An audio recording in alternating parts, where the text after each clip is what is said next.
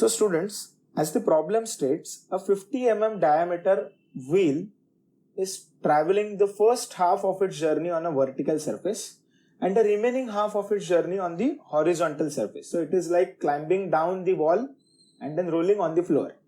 So if that is the situation, we need to first understand what distance it is traveling on wall and what distance it is traveling on floor. So for that we have to calculate the circumference of this 50 mm diameter wheel. So let's get into it. So guys, 50 mm diameter means 25 mm radius. Okay, so the total circumference of the circle or the total distance traveled by this wheel will be 2 into pi into r, that is 25 mm. So we get 50 pi or 157.0796 as the total circumference or the total distance traveled. But only half of its distance is traveled on the vertical surface and the remaining half is traveled on the horizontal surface. So we will divide it by 2. So that will be 78.53. So approximately we will be taking 78.5 mm on the vertical surface and 78.5 mm on the horizontal surface. So let's draw this particular 78.5 mm in the actual diagram. So guys, as stated, while calculating the basic perimeter and circumference of this circle, the first half it will be climbing down the wall and the second half it will be rolling over the flooring of the surface, right? So I have taken first point on the vertical line C. The middle point will be somewhere here C6 and the final point will be somewhere here C dash. Okay, the distance between C and C6 is 7.85 centimeters and distance between C6 and C dash is also 7.85 centimeters because we have received the total circumference, that is half the circumference on the vertical surface as 78.5 mm. So hope now you guys can actually draw this. Okay, to show the center lines of any particular wheel or any particular circular object, we use the long short line. Can you see here, this is a short and this is the long section of the line. Okay, so the intersection of these short lines will represent the centers and the long lines represents the distance between the centers.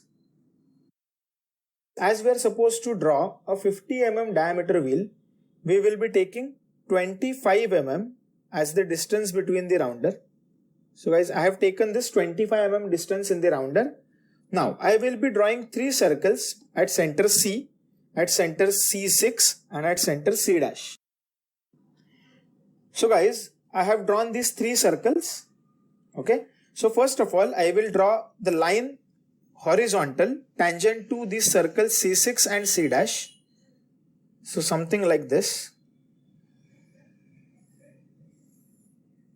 I am drawing these lines very dark so that you guys can actually trace what I am drawing. Okay, so this is our floor. Similarly, I will also be drawing a line which is tangent to these 2 circles C6 and C, and that will be our wall.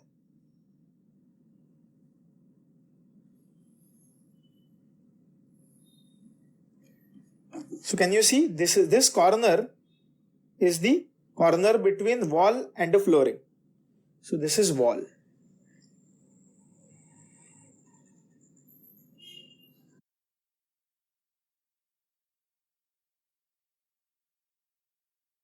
Now, as we have drawn this flooring and this wall, now is the time to divide these 2 circles in 12 exact equal parts. We will be doing it just like we did in the last video with a hexagon method. So first I will choose this end point and cut the circle in 2 points. Then I will be choosing this point. Again I will be dividing the circle in 2 points. Then this point, bottom one, cutting the circle in 2 points. And then this is the last one. So as stated earlier, I have divided this upper circle into 12 equal parts and I have named them in an anti-clockwise fashion. So 1 P 1, 2, 3, 4, 5, 6 and so on. Okay, now what will happen? This circle will roll like this. Okay, it will roll like this, and this P point will come here, and this point will be P over here. Okay, this 6 point will go down and it will touch over here. So 6 will be somewhere here. Okay, so can you see that the points will roll and this P will go up and then it will come over here. So all the points will be in the anti-clockwise fashion again. So this will be 1, 2, 3, 4, 5, 6, 7, 8, 9, 10 and 11. Now, as I said, I have numbered these points in an anti-clockwise fashion. Now is the time to divide the points P to 6 ka line in 6 equal parts and point 9 to this bottom point in 6 equal parts. We will be doing it with the inclined parallel lines method. Okay, so I will be drawing one inclined line from this point 9. The angle can be anything, something like this. Similarly, I will be drawing one inclined line from this point P over here. Angle can be anything. Then I have to measure 6 centimeter distance on this with this point 9 as the starting point. So this is 0. Over here it is 1. Over here it is 2. Then 3. The 4. 5 and 6. Similarly, I will be marking 6 centimeter distance on this inclined line also. So guys, can you see now I have divided this P6 distance into 6 equal parts and 9 and this point in 6 equal parts. From these intersection points 1 dash, 2 dash, 3 dash, 4 dash, 5 dash, we will be drawing horizontal lines on this C6 line. And from these 1 dash, 2 dash, 3 dash, 4 dash, 5 dash, we will be drawing vertical lines on C6 C dash line. So let's do this for the first line. Okay. This one is second. This one is third. This one is fourth. This one is the last.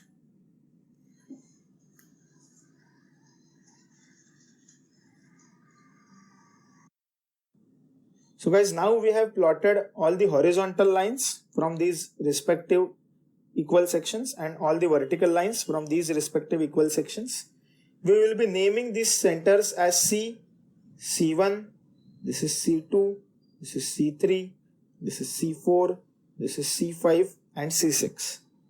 Okay, now the next step is to connect this 1, 11 point, 10, 2 point, 9, 3, 8, 4, 7, 5 and a line from this 6. Our diagram is correct if this 1, 11 line also passes from 5, 7. We have to extend these lines till this flooring line. Now guys, can you see we have drawn all these vertical lines 1, 11, 2, 10, 9, 3, 8, 4, 7, 5 and 6. Okay, now is the time to find the intersections and the positions of this point P between P and this P. Okay, so for that first I will check whether the radius is correct. Okay, so when I choose the center C, my point P gets selected. Okay, I will just have to adjust a little bit. Now at C1 I will cut line 111. At C2 I will cut line 28. At C3 I will cut line 39. At C4 I will be cutting this 84 line over here. At C5 I have to cut the 57 line over here, and at C6 automatically this point P gets selected. So this is the first half. I will connect this with a freehand curve like this.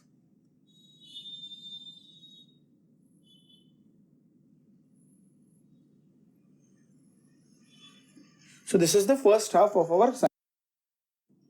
So guys, now you have seen how to draw this first half, that is climbing down the wall. Now this circle, now the next important point is this point 9, which is in contact with the flooring now. And the circle will roll like this, in this direction. It will roll like this, in this fashion, right? In the clockwise fashion. So the next point that will come in contact will be point 10, then point 11, then point 6. So somewhere here, this point P6 will be in contact with the flooring and it will again rise to this P dash.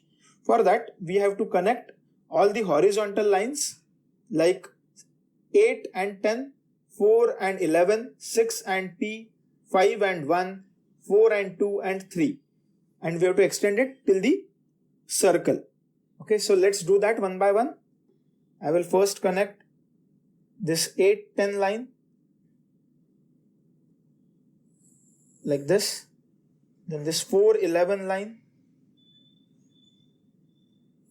like this, 6P is already drawn, 5-1 like this, 4-2 like this, and line from P, it will cut.